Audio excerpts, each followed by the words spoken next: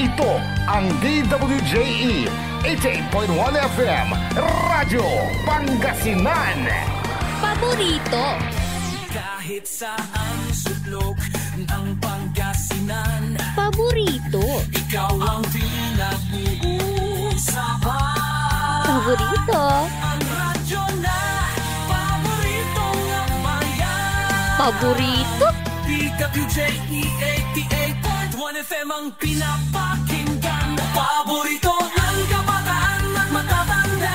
Paborito. Paborito. Paboritong pakinggan sa bus, tricycle, jeep at mga opisina. Paborito mo, paborito ko, paborito natin lahat. DWJE 88.1 FM Radyo Pangasinan. DWJE 88.1 FM Radyo Pangasinan.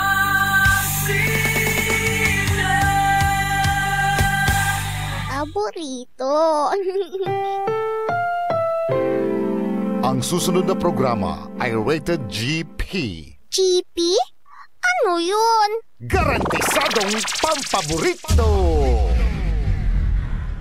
Mga nakalap na impormasyon, balita sa taong bayan, pagsiyasat sa mga kwentong may pinanggagalingan, paghimay ng mga isyu at detalye na bumubuo ng pampublikong usapin, eksaktong impormasyon, detalyadong balita, komprehensibong diskursyon ng mga isyu at mga matalinong paghimay sa mga usapin.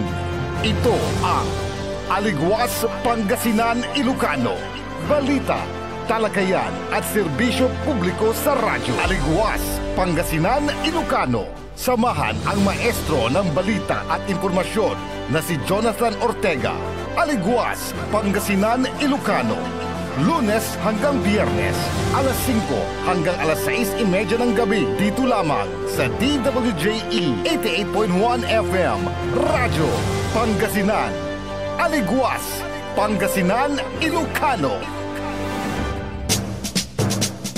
Narito na si kapaboritong Jonathan Ortega. Maligwas ang aram Pangasinan. Muli po nagbabalik ang programang maghahatid po sa inyo ng mga importanteng impormasyon at mga maiinit na balita at issue na dito nyo po maririnig sa programang API Aligwas Pangasinan Ilocano. Siyempre makakasama nyo po ako mga kapaborito mula alas 5 ng hapon hanggang alas 6 ng gabi. Ako po ang inyong public servant sa radyo, Jonathan Rosario Ortega. At siyempre kasama rin natin sa ating technical control ang ating mga sound engineer na sina Dennis Palaganas at Nixon Dakal. Good afternoon mga kuys. Masantos ang araw at kayo namin mga kapaborito. Ngayon po ay araw ng Lunes, May 26, 2025. At syempre bago tayo magbalitaktakan, binabati ko syempre ng happy birthday sa aking anak, na si Aaron Jacus Ortega. Naanak ni Det. Ilang taon na ba siya? 23 years old. Balik kong asan libo sa kay taon. 23,000 Det. Quits. Siyempre, magkumpara kami yan. Tapos yung anak din niya, inaanak ko din. Nagpawilan. Quits. Kaya mga kapaborito, yung mga pauwi na sa kanilang mga tahanan, alam ko medyo may mga naabutan ng pag-uulan sa inyo, no?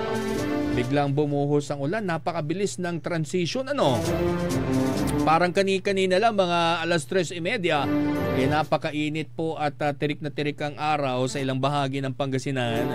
At maya-maya lamang po, bigla na lang dumilim ang kalangitan. At nagkaroon ng thunderstorm o pagkulog at pagkidlat mga kapaborito. Ganyan kabilis, ganyan ka-erratic ang ating panahon ngayon dahil na rin po siguro yan doon sa ating tinatawag na global warming. Global warming dulot ng climate change and vice versa. No, kaya sa tingin ko seryosong usapin na po talaga, no, yung atin pong pagbibigay pansin sa ating inang kalikasan. Kaya we could makakatulong naman tayo kahit sa ating maliliit na paraan lamang, mga kapaborito, no? Isa sa mga importante talagang iiwasan natin, no, yung pagsusunog.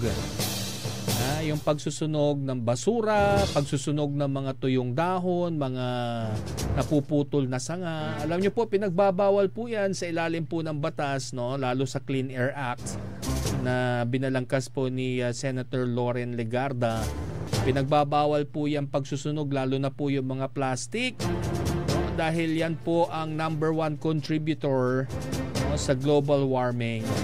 Bagamat syempre sabihin natin maliit lamang ang porsyento kapag isang tao ay nagsunog, pero pag pinagsama-sama niyo yan, no, yung carbon emission, no, ng pagsusunog ng mga tuyong dahon, mga plastic, no, mga basura, nagko-contribute po yan, no, sa global warming, mga kapaborito. At syempre dapat din, no, sa tingin ko kung mapapansin niyo, 'di ba?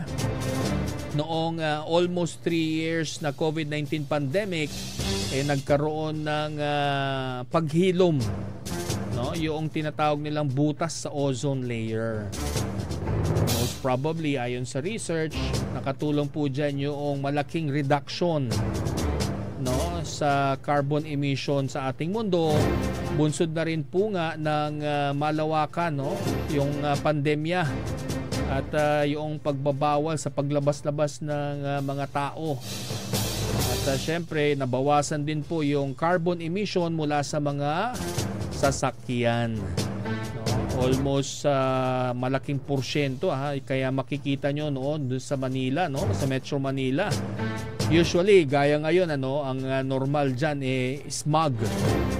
Makikita nyo pag kayo umakyat sa mataas na gusali, sa mataas na building, pag tinignan nyo yung skyline ng Metro Manila, papansin mo rin ba yung no? 'Di ba, no? Yung smog, yung parang may usok, no, doon sa ibabaw, yung naka-envelope. Parang nakakulambo yung Metro Manila, no, mula Quezon City hanggang doon sa may Pasay, makikita nyo. 'Di ba sa ELJ, no? Kitang-kita mo yung dati hindi nakikita doon yung ano ba yung parang sa Pagudpud ba yon, yung windmill? Windmill ba tawag doon? Yung nagge-generate ng power, windmill. O meron din dyan kasi sa Rizal, no? Biruin nyo, sa sobrang klaro ng hangin sa ibabaw ng Metro Manila, kitang-kita na po yung napakalinaw na bundok, pati mga windmills dyan sa probinsya ng Rizal. Ganun po kalinaw noong pandemya, no? Bunsod yan doon sa pagkaroon ng malaking kabawasan ng mga paggamit ng sasakyan. Kaya kung ako talaga kung meron lang pera, talagang mag-electric vehicle na rin ako no, kahit dun man lang makatulong. Kaso ang problema yung presyo naman ng mga electric vehicle sobrang kamamahal, no, dahil kailangan talaga dyan i-mass produce na yung mga yan, no? Lalo yung mga e-bikes, pero kailangan i-regulate, no, pag-aralang mabuti ng gobyerno, ng LTO kung paano ba i-regulate din yung mga electric vehicles na yan, no? Kasi baka nagiging hazard din yung mga e-bikes, kasi sa sobrang tahimik kung minsan, tapos biglang sumisingit dyan sa gilid, hindi nyo makita, no, at hindi nyo marinig, diba? Kaya nagkakaroon ng disgrasya. Sa Metro Manila naman, maraming lumalabas na memes sa social media na hari daw ng kalsada, no, yung mga electric bikes, no? Biruin nyo, talagang tumatakbo sila sa mga main roads dyan sa Metro Manila.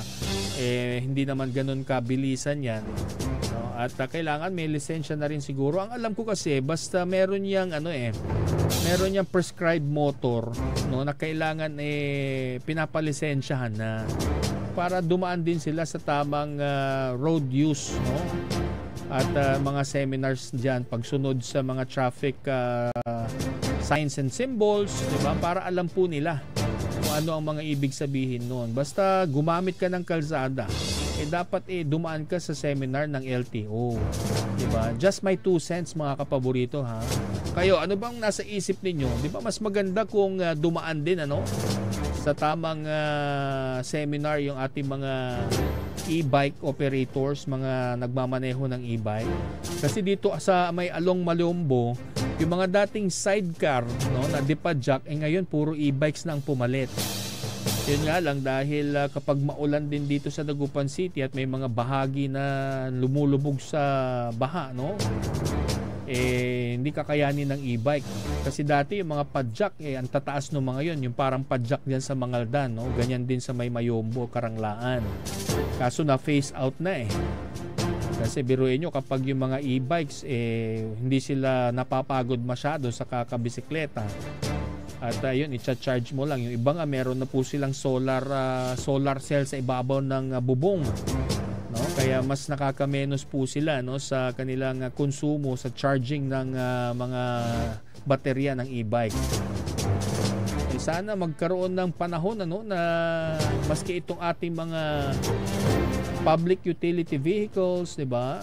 Kasi ang alam ko sa Metro Manila may mga e-vehicles na, mga EVs, yung mga malilit na e-jeeps na tumatakbo sa battery lamang sa DC motor. Mas maganda yung ganun dahil walang carbon emission. Pero syempre dapat yan, may mga tamang disposal din po dyan dahil yung ginagamit na mga baterya ng mga yan mga lithium ion at syempre may karampatang disposal din yan from DENR dapat. Yan lang, di ba? Para at least yung mga susunod na henerasyon, yung mga apo ng apo-apo mag-enjoy pa sa maganda, maayos na klima ng ating mundo, di ba? Ngayon pa lang Kasi kami, mga Generation X. Generation X ka ba, Det? Hindi, Millennial ka pa Millennial ka na. Zenial? Zenial ba yun? Ita? Hindi talaga ako magaling sa lip reading.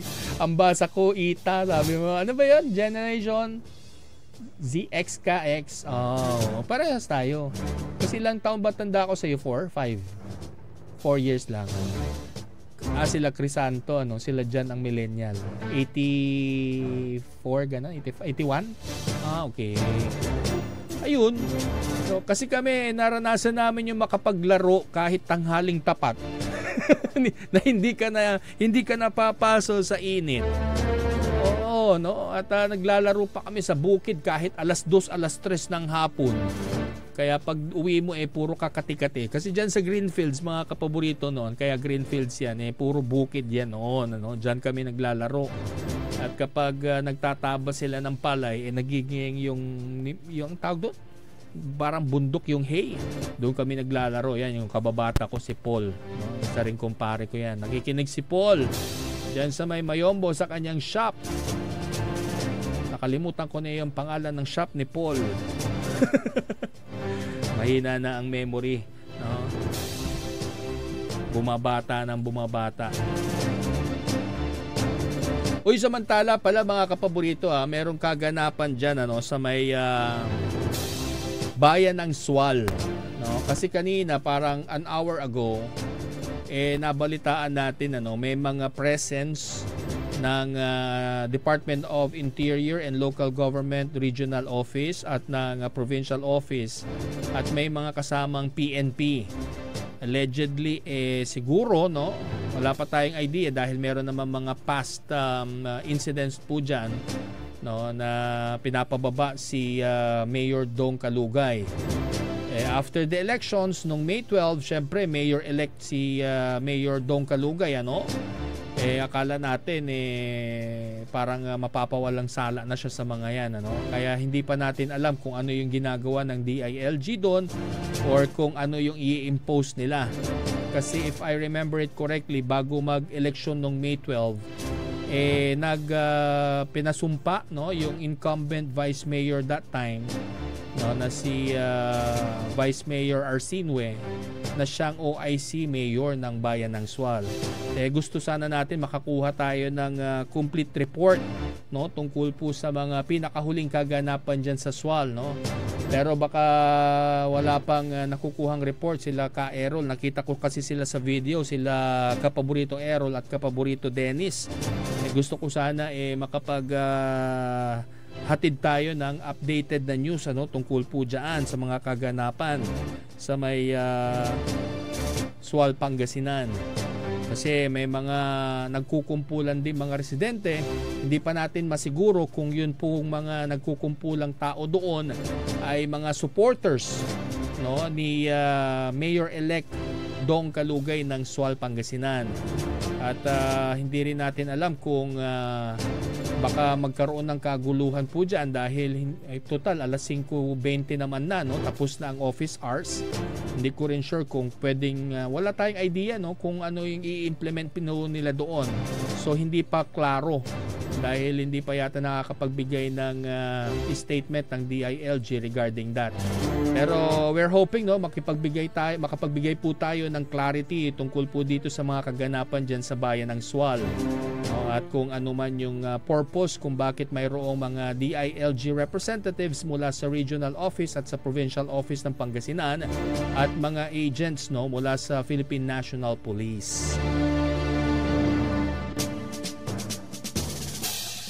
Samantala naman mga kapaborito, noong May 23, nakaramdam tayo ng paglindol, no? Magnitude 5.4 na ang lakas ng lindol mga kapaborito. At medyo maikli lamang, no, yung itinagal ng lindol, pero may kalakasan yung 5.4 magnitude, ano? Yan po ay base naman sa ulat ng PHIVOLCS.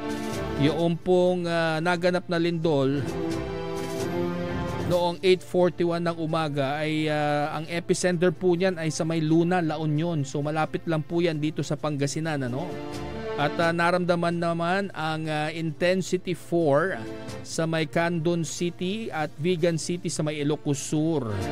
Intensity 3 naman sa Sinait, Ilocos Sur, habang intensity 2 sa Bangged, Abra, Tagudin, Ilocos Sur, San Fernando City at Aringay sa La Union. Intensity 2 sa may Bani, Infanta at Bulinaw sa Pangasinan at intensity 1 naman sa Baguio City. Wala naman pong napaulat, ano, na pinsala o nasugatan sa mga oras na iyan. At sana ay medyo very active kasi parang naulit pa, no, 5.2 naman. Ang sumunod na bandang 10:36 in the morning naman yung naramdaman na yon.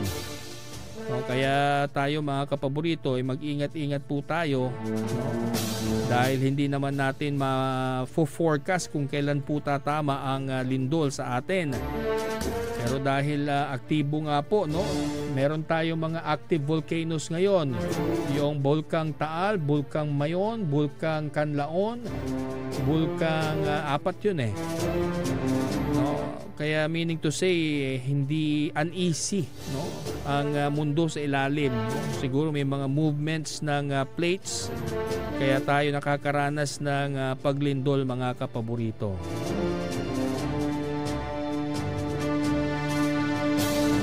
Kaya lagi tayong lagi tayong magdasal mga kapaborito. At sa mga ganito mga pagkakataon, no, lagi po nating ihahanda, no, yung ating pamilya, syempre, lalo dun sa mga padre de pamilya o kaya dun sa mga naiiwan sa kanilang mga tahanan, ano, kailangan meron kayong family escape plan mga kapaborito. Kung alam nyo nasa eskwelahan pa yung mga bata, no, dapat natuturuan natin sila kung saan yung exit, fire exit, para sila ay mabilis na makaalis. At syempre yung huwag magpanik yung mga bata, no? Ako naman sa akin, ang turo ko naman sa mga anak ko, kasi ang experience ko ng malakas na lindol was way back 1990, no, yung July 16, 1990 earthquake, kung saan libong tao din ang namatay po doon. Ang turo ko naman sa anak ko, pag ganitong sobrang lakas ng lindol, wag niyo nang subukan bumaba, no? Doon na kayo sa top floor mismo, no? Just in case lang, kasi merong research sa Japan na mostly na bumabagsak na mga buildings are low-rise buildings. Ito yung mga buildings siguro na hanggang 10th floor, 11th floor. Kasi ang high-rise buildings gaya ng mga Empire State Building, yung mga mayroong 50 and above, yan yung mga skyscrapers kung tawagin. Itong mga skyscrapers, mga kapaborito, talagang built po yan na mag-sway kapag may lindol. Kaya may makikita kayong mga videos noon tuwing lumilindol sa Metro Manila na tumatapon yung mga tubig sa swimming pool sa top floor. Yun, nagsisway kahit sa bagyo. Kapag malakas po ang hangin, yung mga skyscrapers o high-rise buildings ay nagsisway din po yan, para mga 1 to 2 meters ang sway ng mga buildings na yan. Comparatively, kapag low-rise buildings, mas madali daw magkaroon ng structural instability. Kaya ang turo ko sa mga anak ko, baka maabutan pa kayo pababa ng ground floor, dyan na kayo sa taas, sa tuktok. Just in case lang naman. Although mas mataas ang hilo ninyo pag nasa tuktok kayo ng building. Kasi parang yung na-witness ko kasi noon sa may pagbagsak ng Hyatt Hotel ba yun sa Baguio. Kung mapapansin mo, di ba, yung top floor, yun yung buo. Kaya may mga na-rescue pa sila doon sa top floor Pero yung nasa baba, andun nga actually yung asawa ni former Senator Raul Roco, na-trap siya sa elevator. Sila yung mga, ang alam ko, ang kwento nga doon, ang kinakain lang nila tissue paper at yung kanilang urine, yung ihi. Ganyan talaga pag gusto mo mag-survive, At syempre, hindi ko lang alam kung mag-work yun, pero I hope it will work, Kasi 3 floors yung eskwelahan ng mga anak ko. Kaya sabi ko, huwag na kayong tumakbo. Plus, alam nyo kasi pag tatakbo kayo mga kapaborito sa may hagdanan, ito analysis ko lang naman din, kasi ang hagdanan po yan, hindi yan totally secure sa building, yan po ay nakadikit lang doon sa gilid. At kung papansinin po nyo yan, ang connection yan hindi ganoon katibay, Tapos kung mag-accommodate pa yan, kung eskwelahan yan, kung 200, talagang bibigay yan habang nagra-rock yung building. Kaya mas maganda na siguro kung magstay na lang sa taas, sa topmost floor ng building, para at least kung may mangyari man, mag-topple down ng building, makapag-survive, Bagamat syempre yung intensity ng pagbagsak. Ito worst case scenario lang naman, And we're not praying for it, Hindi naman natin gusto mangyari mga yan. Ang sinasabi ko lang, hindi natin inaasahan yung mga ganyang klase ng kalamidad, yung mga paglindol, dahil wala namang makapag-detect kung kailan po yan aatake or mangyayari. We have to train our kids, maski yung mga sarili po natin, para alam nila kung ano yung gagawin nila. At syempre, ugaliin po natin na pagdalhin sila ng mga extra na pagkain at damit sa kanilang mga bags. Lalong-lalo na yung tubig. Kasi kapag sa tubig, you can survive at least 3 days. Tama, 3 days yung training sa atin noon sa ABS. 3 days yun sa tubig lang. Kung meron kayo mga non-perishable goods, yung mga pang-astronaut, may mga ganyan, yung mga daddy preppers yan. Si Sidney Soriano, kung nakikinig ka, nagda-drive ka dyan. Alam ko nakikinig yun kung minsan, kapag maaga-aga pa, meron sila mga matagal na mapanis na pagkain, mga pang-astronaut yata yung mga yan. Pwede nyo yan. Pero yung mga crackers or dilata, pwede naman yon. At isang importante pa po, i-train natin yung mga anak natin, yung mga family members natin, kung saan tayo pwede mag-meet. Kasi para hindi sila magkalito-lito kung saan sila pupunta. Kasi lalo dito, for example, sa Dagupan City, isang coastal city sa Pangasinan, hindi natin alam kung may magkaroon man ng tsunami alert, kailangan umakyat talaga tayo sa building na mataas-taas para tayo ay makapag-survive. Kaya may mga tsunami buildings noon, parang ganon. If I am not mistaken, na para nagkaroon ng usapan ng LGUs at yung mga low-rise buildings dito sa Dagupan na payagan na i-accommodate yung mga tao just in case lang na magkaroon ng tsunami warning, kasi syempre mabilis ang takbo ng mga tsunami. Tsunami, ito po yung mga malalaking alon, na na-create ng isa pong movement ng lupa, it's either lindol sa ilalim o kaya nagkaroon ng erosion, no? Kasi sa ilalim ng lupa, ilalim ng tubig mga kapaborito, may mga bundok-bundok po yan na itsura sa ilalim, ano? Iba yan dun sa nakikita nyo sa ibabaw ng dagat, pero sa ilalim po niyan may mga malalaking bundok din po dyan. Yan yung nangyaring 10.0 ba yun o 11? Tama ba ako? Yung sa Japan det, no? 'Di ba merong malaking 40 meters yung sa Japan. Ang alam ko bumagsak yung parang malabundok doon kaya nag-cause ng tsunami sa Japan, no? 2011 yata yan if I'm not mistaken. Kaya yun yung sa Fukushima, no? Nasira yung nuclear plant ng Fukushima dahil doon sa tsunami na yun na sumira sa cooling system ng nuclear power plant. At ayun mga kapaborito, nagkaroon ng usapan, no, with DLGU. I think si incumbent Mayor Belen Fernandez yung kumausap sa mga business owners, no, na mayroong malalaking building, matataas na building to accommodate, no, yung mga magsisik ng shelter kapag mayroong tsunami warning. Kasi sa sobrang bilis ng paglakad ng mga tsunamis mga kapaborito at kung magkaroon man ng traffic, maaabutan ka talaga ng tubig, no? Kaya yung mga ganyan dapat inaayos-ayos na po ulit natin yan at nire-revisit po natin, no? Sana may nakikinig sa atin mula sa Dagupan City LGU, no?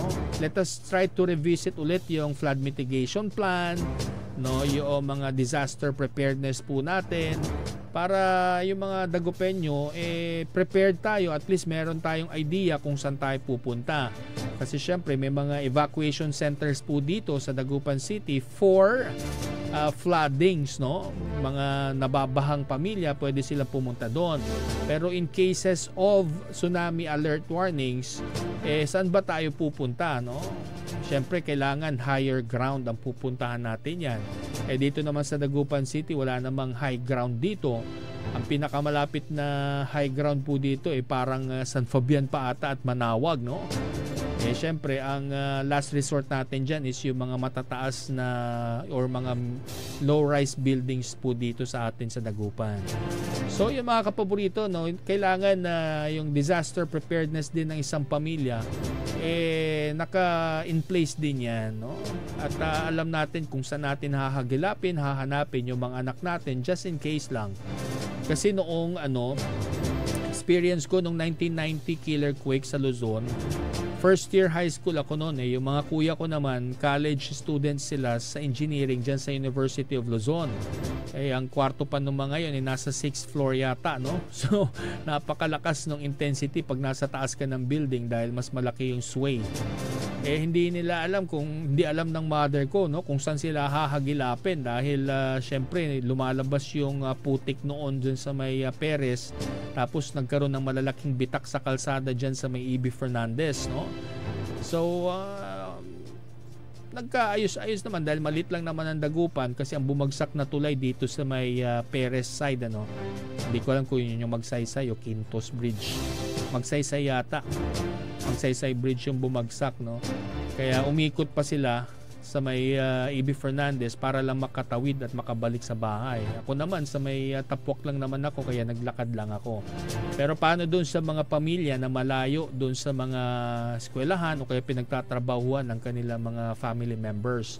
Kaya importante meron tayong mga plano, no? Pag-usapan na yan, plano na yan, no? Para at least kampante tayo na kahit mayroong kalamidad o paglindol, meron tayong escape plan, kumbaga, di ba? At syempre yung mga go bags ninyo mga kapaborito, importante rin po yan, saka yung mga first aid kits, no, para makapagbigay tayo ng lunas kung merong mga ngailangan. Okay? Oras natin 5:30 in the afternoon. Magbabalik po ang programang Api, Aligwas, Pangasinan, Ilocano, makalipas lamang po ang ilang patalastas. Ang puta-putang Iren Balita. Araw-araw na tayo po'y nasa Senado. Araw-araw po kaming magtatrabaho para sa kapakanan ng inyong mga anak. Ang puta-putang Iren Sunata. All I dream of is your eyes. Son, ang puta-putang Iren Impormasyon. Aya sa DWJE 88.1 FM Radyo Pangasinan. Paborito.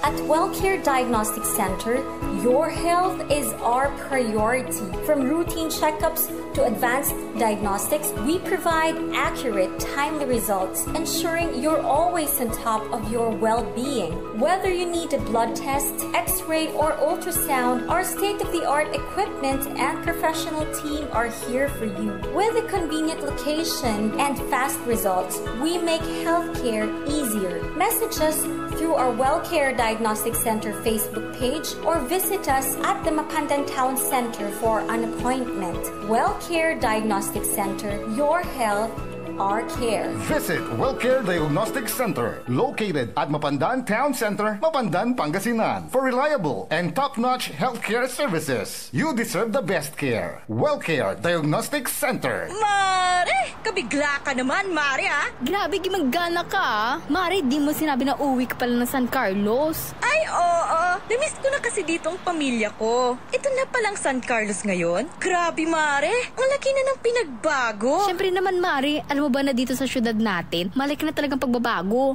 Mula sa mga infrastruktura, nandiyan na mga konkretong daan at mga bagong pasilidad. Wow! Meron din tayong trending na ayos, kalusugan karavan na nagbibigay ng libreng serbisyong medikal. Palipalitan, ha? Saka, nandiyan din ang mga programang pag-agrikultura para sa ating mga magsasaka. Ay, wow! At higit sa lahat, Maria, ang pagpapanatili ng peace and order ng ating syudad. Perfect! Di lang yan, binibigyan din ng halaga ang kapakanan ng lahat ng tao at pantay na karapatan sa mga serbisyo ng gobyerno. Grabe, Mare! Ang bongga na talaga ng San Carlos. Parang ayoko na bumalik sa ibang bansa. Oo, Mari. Kung ako sa'yo, dito ka na lang sa San Carlos. Dahil sa San Carlos, tunay na subok na ang serbisyong ayos. Mayor Julia Ayoy Resuello po, kasama si Vice Mayor Jose Resbox Resuello at ang Sangguniang Panglungsod ay nandito upang umagapay at magserbisyo sa ating minamahal na syudad. San Carlos, maunlad, ligtas at maayos. Hindi ba napapansin ang inyong negosyo, mga kapaborito? Abay, magpa-advertise ka na dito sa DWJE 88.1 FM Radyo Pangasinan. We are located at the 3rd floor of Jumel Building, A.B. Fernandez East, Tagupan City. Or you may contact us at 0968-444-4290 or 0956-168-4908. O bueno, mga kapaborito, magpa-advertise na! Mas pinalakas, mas pinatindi, mas pakikinggan. Serving Pangasinan through music, news, and information. Ito ang DWJE 88.1 FM Radyo Pangasinan. Jad Dagupan, walay saksakay ang radio station ya iyayag na saray Dagupenyo. Jad Mamalingling, Mangin, Paborito, Mayombo, Paborito. Pantal, Paborito, Poblacion Oeste, Paborito. Tanjat, Puguchico, Paborito. Aya, so 88.1 Radyo Pangasinan. Paborito ng kabataan at matatanda. Paboritong pakinggan sa bus, tricycle, jeep at mga opisina. Paborito mo, paborito ko, paborito nating lahat. DWJE 88.1 FM Radyo Pangasinan. DWJE 88.1 FM Radyo Pangasinan.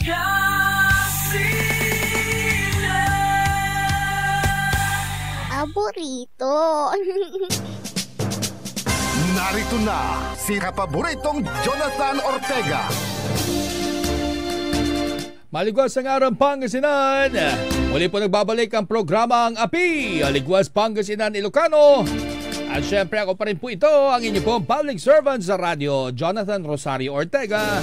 Kayo pa rin po ay nakatutok sa DWJE 88.1 FM Radyo Pangasinan. Magandang hapon para sa ating mga late tuners there. Magandang hapon sa inyo. Basta kayo. Ayan, malakas yung ulan ha. At syempre lagi nating iingatan ang ating kalusugan, lalo na doon sa mga breadwinners dyan, okay? Saludo tayo sa lahat ng mga breadwinners na nakikinig po dyan. Magandang hapon din sa ating mga kapaborito sa may DBP. Kay kapaborito Ian Urbano, good afternoon sa iyo, kuya. At syempre, no, alam ko may mga nakakita na mga post ko sa Facebook, no? At yung iba dyan ay mga listeners ko at nagpadala ng text at tumatawag, ano. Maraming salamat po at I am sure your prayers are working at gumaganda naman, ano. At alam nyo, ang buhay naman talaga ay maraming pagsubok yan, no? At iba't ibang intensity depende rin sa tao, no? Kung paano tinatanggap ng tao hinaharap yung mga problema. Pero kasi ako, alam nyo ako, kahit anong problema kinakaya. Pero kapag sobrang bigat naman na tao lang, no? Minsan nagve-vent tayo sa social media, lalo kapag wala kang makausap, no? Alam nyo yung mga ganyan, ano, maganda nga at may mga nag-respond, no? At least yung feeling of being alone nawala, no? Naibsan yon dahil alam ko kahit papaano may mga kaibigan po tayo, no, na nagdarasal for my well-being. At syempre ang mental health is a serious issue, no, mga kapaborito. Kaya kapag may mga nakikita tayong mga ganyang senyales sa mga kaibigan, kapamilya, kapaborito, no, it's always easy to lend a hand din, no? Kahit a simple hi, hello, how are you, we're praying for you, it means a lot, no? At ako man ay natatouch din, ano, sa mga mababait, mga mabubuting puso na nagsisend ng kanilang mensahe po sa atin.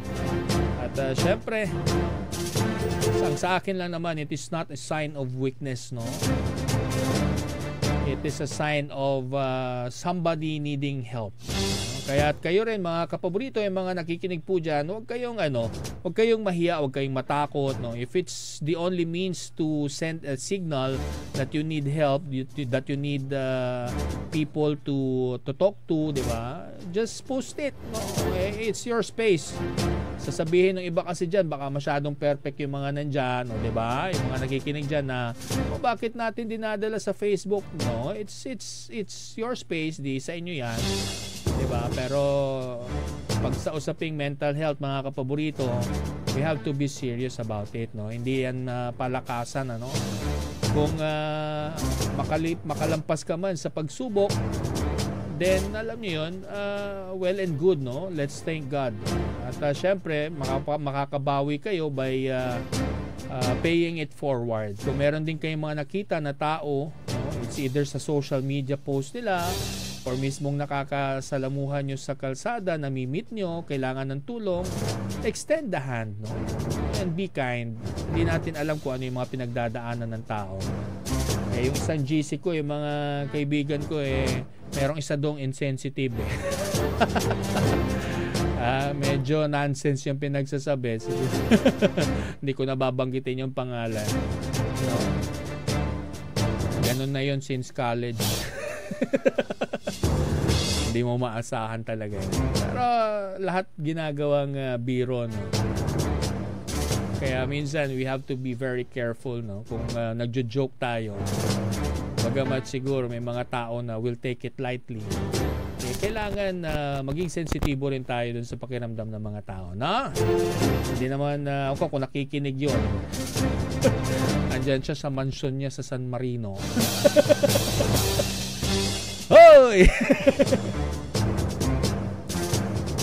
Anyways, yun lang, be kind, mga kapaborito. It pays to be kind din. Samantala, mga kapaborito, narito muna ang mga balitang dapat nyo pong malaman ngayong araw ng Lunes. Pangulong Bongbong Marcos Jr. ibinida ang bagong Cancer Institute sa Dagupan City. Susunod na PNP chief, napili na raw ni PBBM. Panunumpa ni former President Rodrigo Roa Duterte bilang alkalde ng Davao City. pinaplano na.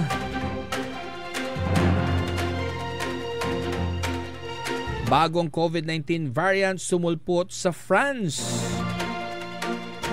Negosyanteng Chinese patay sa pamamaril sa Dagupan City. Sa ating balitang pampalakasan, Gilas Pilipinas Youth dinomina ang Vietnam sa FIBA U16 o Under-16 SIBA Qualifiers. Narito na ang detalye ng mga balitang yan. Ibinida ni Pangulong Ferdinand Bongbong Marcos Jr. ang bagong Cancer Institute na mapupuntahan ng mga taga-norte. Sa isang Facebook post noong Sabado, May 24, makikita ang larawan ng naturang pasilidad na matatagpuan dito po yan sa Dagupan City. Ayon sa Pangulo, quote, hindi na kailangan pumunta pa sa Maynila para magpagamot ng cancer ang mga kababayan natin sa norte. Sa bagong Cancer Institute sa Dagupan, may chemo, radiotherapy at iba pang makabagong lunas dito na mismo sa probinsya, unquote.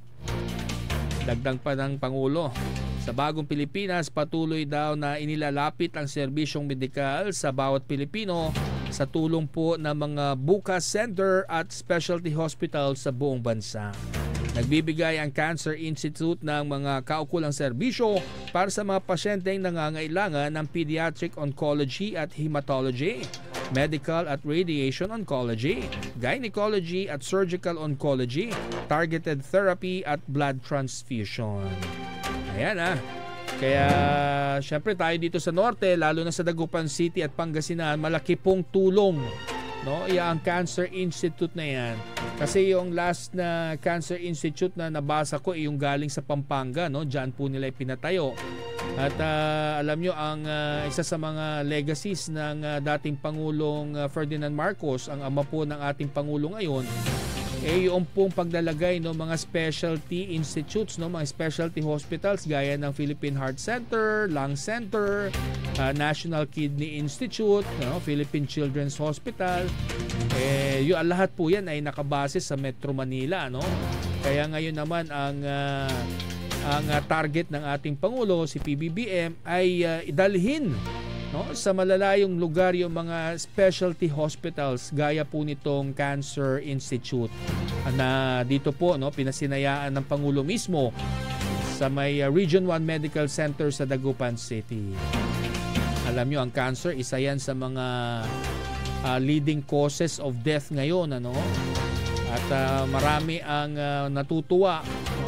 Lalo na siguro yung mga families na mga cancer patients, no, at least ay hindi na sila biyahe, no, bawas sa gastusin at hindi na ganoon kapagod yung kanilang mga pasyente sa biyahe. At dahil dito malapit lamang po yan, malaking bagay po yan, malaking tulong sa ating mga kapaborito, no, na may pinagdaraan ng sakit na cancer. Sa iba pang balita, may napili na si Pangulong Ferdinand Marcos Jr. na uupo bilang bagong PNP Chief. Ayon po yan sa Department of Interior and Local Government. Gayunman, tumanggi si DILG Secretary John Vic Remulla na pangalanan ang susunod na PNP Chief at sinabing si PBBM na ang mag-aanunsyo nito. Matatandaan noong Pebrero, pinalawig ni PBBM ang termino ni PNP Chief Police General Romel Marbil. Samantala, kakausapin ni Interior Secretary John Vic Remulla ang International Criminal Court o ICC. Kaugnay po yan sa panunumpa ni dating Pangulong Rodrigo Roa Duterte bilang alkalde ng Davao City. Ayon kay DILG Secretary Remulla, kinikilala di umano nila ang tagumpay ng dating Pangulong Duterte at ang pagdeklara ng COMELEC sa kanyang pagiging mayor.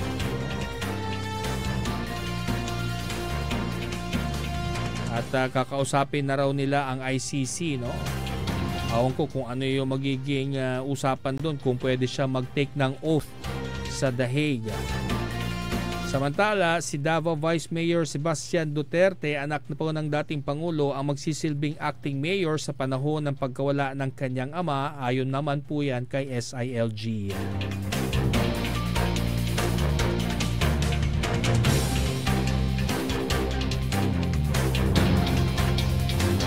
Sa iba pang balita, pinapalakas ng Department of Agriculture at Food and Drug Administration ang kanilang ugnayan po para sa regulasyon at rollout ng mga bakuna laban sa avian influenza at African swine fever. Ang hakbang po na ito ay alinsunod sa direktiba ni PBBM na protektahan ng sektor ng baboy at manok na mahalaga sa seguridad sa kabuhayan at pagkain ng bansa. Ayon sa DA nitong Sabado, nagpulong noong May 19 ang mga opisyal ng Bureau of Animal Industry at FDA para talakayin ang mga updates sa mga bakunang isinusulong kontra ASF at AI. May mga bakuna na umanong kasalukuyang sumasailalim sa field trials habang ang iba ay sinusuri ng BAI or Bureau of Animal Industry Veterinary Technical Advisory Committee of VTAC. May ilan namang mga vaccine candidate na naipasa na sa FDA para sa mas masusing ebalwasyon at posibleng pag-aproba. Naasahan din umano ng DA at FDA na maaari magumpisa ang commercial na paggamit ng mga bakuna bago matapos ang 2025. Sana mag-roll out na ito para bumaba na ang presyo ng karne ng baboy at karneng baka. Pati ang presyo ng isda. Kasi noong nagkaroon ng ASF saka doon sa avian flu, talagang malaking porsyento ang ibinawas po sa supply ng karne ng yung pork, at ng chicken meat. At nagmahal din syempre ang gulay. Kasi alam nyo, kapag may imbalance sa mga produktong yan, talagang mararamdaman mo rin yung pagtaas ng presyo. Yan ay bunsod na rin ng law of supply and demand. Kaya mapapansin po ninyo, yan din ang nakikitang dahilan kung bakit nagkakaroon ng unsteady na presyo din ng petrolyo. Etong linggong ito, magkakaroon na naman yata ng pagtaas mga kapaborito. Samantala, may bagong variant ng COVID-19 ang na-detect sa France. Ayon kay virologist Bruno Lina, 4 na kaso ng bagong COVID-19 variant na NB.1.8.1 ang natukoy sa mga ospital at barangay sa naturang bansa. Inulat naman ng European Center for Disease Prevention and Control na ilang kaso pa ng NB.1.8.1 ang na-detect sa Germany, Ireland, Netherlands, Spain at Sweden. Nagdulot ng pagtaas ng mga kaso ng COVID-19 sa mga ospital sa Hong Kong at Taiwan ang NB.1.8.1 variant ayon pa sa ulat ng news agency Anadolu. Sumisirit din umano ang kaso nito sa China at kumakalat sa mga bahagi ng Asia. Parang nung last week ni-report natin, China, Hong Kong, Singapore at Thailand, nagkaroon sila ng spike o pagtaas sa kaso ng COVID-19. Diyan sa may Thailand, since January to May, nagkaroon na sila ng 77,000, an estimated 70,000 plus na cases ng COVID-19 at bagong variant yan, bagong species ng virus. Para maintindihan yung bahagya, kasi ang virus mga kapaborito ay nag-e-evolve. Kaya nga, maski ang sipon, virus din po ang nagkokos niyan. Isa yan sa mga pinakamatandang virus na known to man, yung sipon. Kaya kapag kayo, meron po kayong sipon, inuubo, lalo at hindi pa ninyo alam kung ano yung cause ng inyong sipon at ubo, ugaliin po natin na magsuot ng medical face mask para hindi na po tayo makapanghawa ng iba pa nating mga kapaborito. Okay? Nasanay naman tayo sa pandemic, di ba? Kaya sana kapag may mga nararamdaman tayo, kung may fever tayo, unknown cause, wag na tayong pumasok. At para sa mga department managers, no, kailangan i-consider nyo rin po yan dahil pag yan kumalat sa inyong departamento, sa inyong opisina, baka mag-shutdown yung operations ninyo dahil sa kapabayaan ng mga department managers, di ba? Kaya i-assess mabuti, no, pag-aralan mabuti. At syempre kapag ganyan ang report ng empleyado, kailangan magpa-check up din po agad, dumaan sa triage sa hospital, no, at para hindi magkaroon ng spread ng virus. Alam naman na natin yung protocol dyan, di ba? Sa ating balitang pampalakasan, formal na pong binuksan ang 2025 Palarong Pambansa na ginanap po sa Ferdinand E. Marcos Memorial Stadium sa Lawag City, Ilocos Norte. Tinatayang 15,000 student athletes mula sa iba't ibang rehiyon ang lalahok sa palaro na tatagal naman hanggang May 30. Tampok ang 22 regular sports, kabilang ang basketball, swimming, athletics at taekwondo. Kasama na rin ang weightlifting bilang demo sport at kickboxing, girls football at girls futsal bilang exhibition events.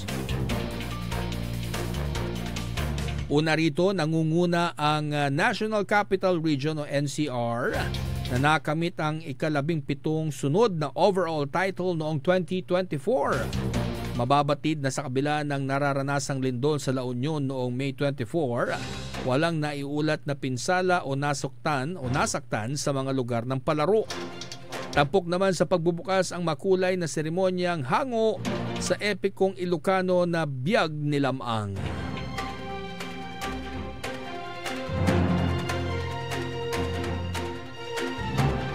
Samantala, nagpakitang gilas agad ang Gilas Pilipinas Youth sa pagbubukas ng kampanya nito sa FIBA Under-16 Asia Cup SIBA Qualifiers matapos tambakan ang Vietnam sa score na 113-62 sa Branzi Giao Convention Center sa Pampanga.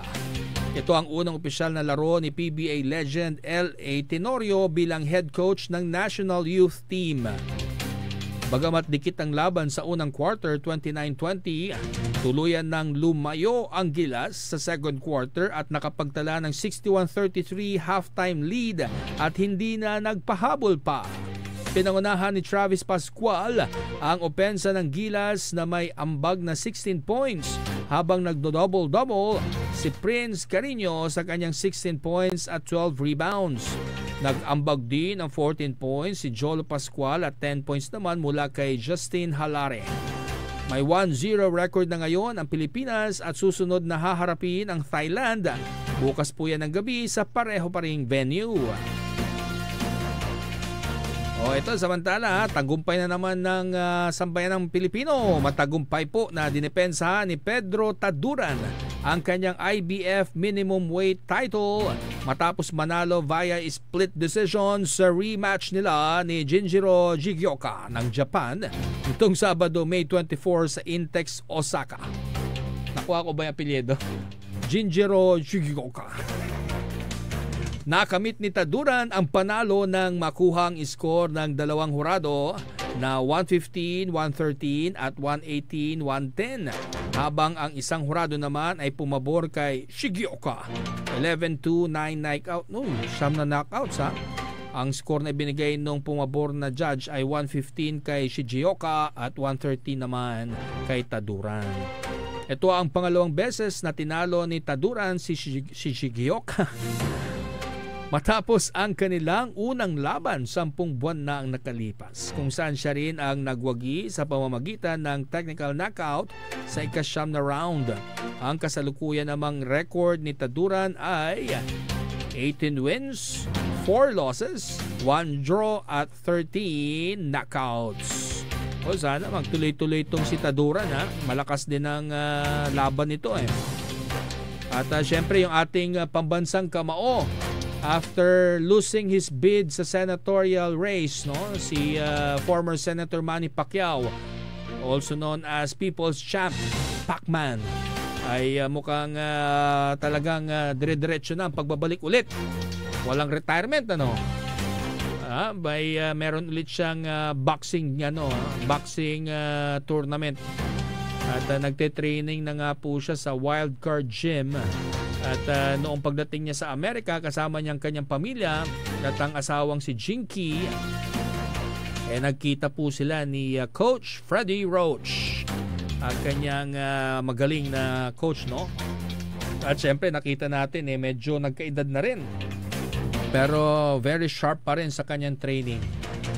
At nagkaroon din ng kasparing si Pacquiao sa US, no? At maganda naman yung pinakita ni Pacquiao. Sana ay magtuloy-tuloy na magiging maganda yung kanyang training sa Amerika.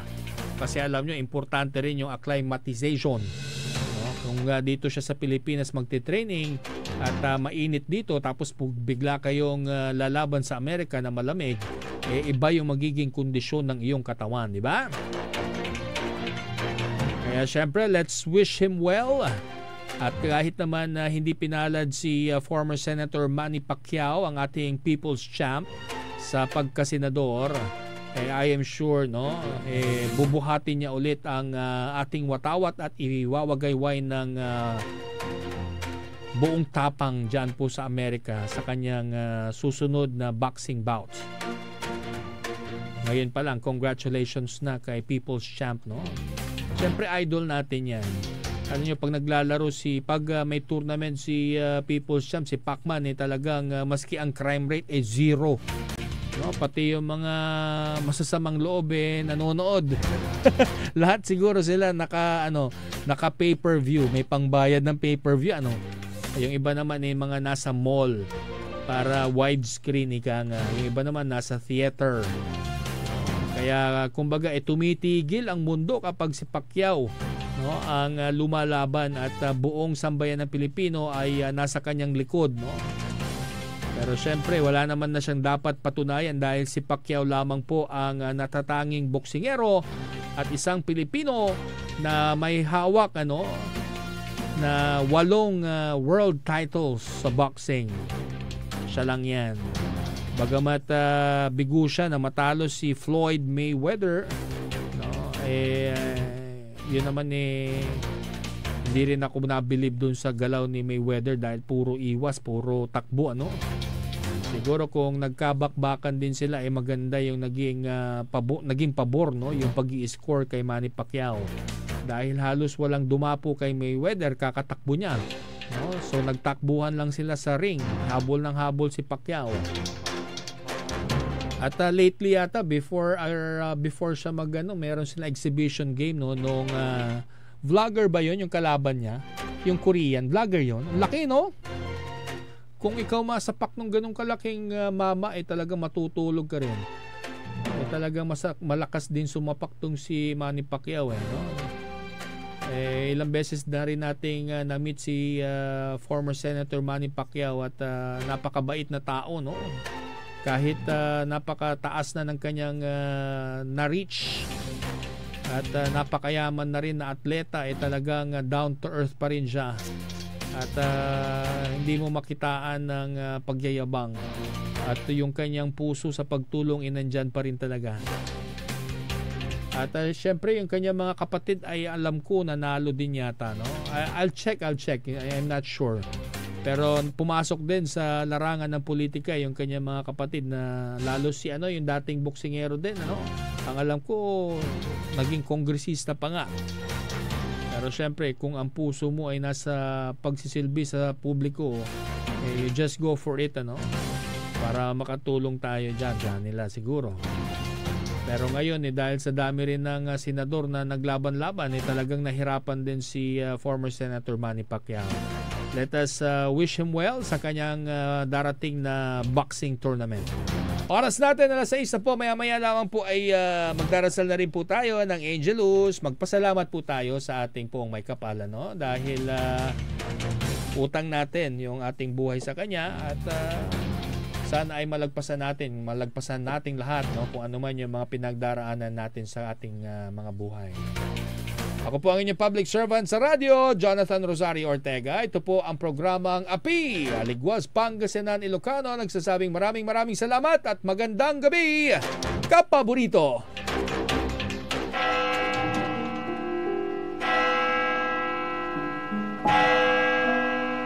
Magandang gabi sa inyong lahat.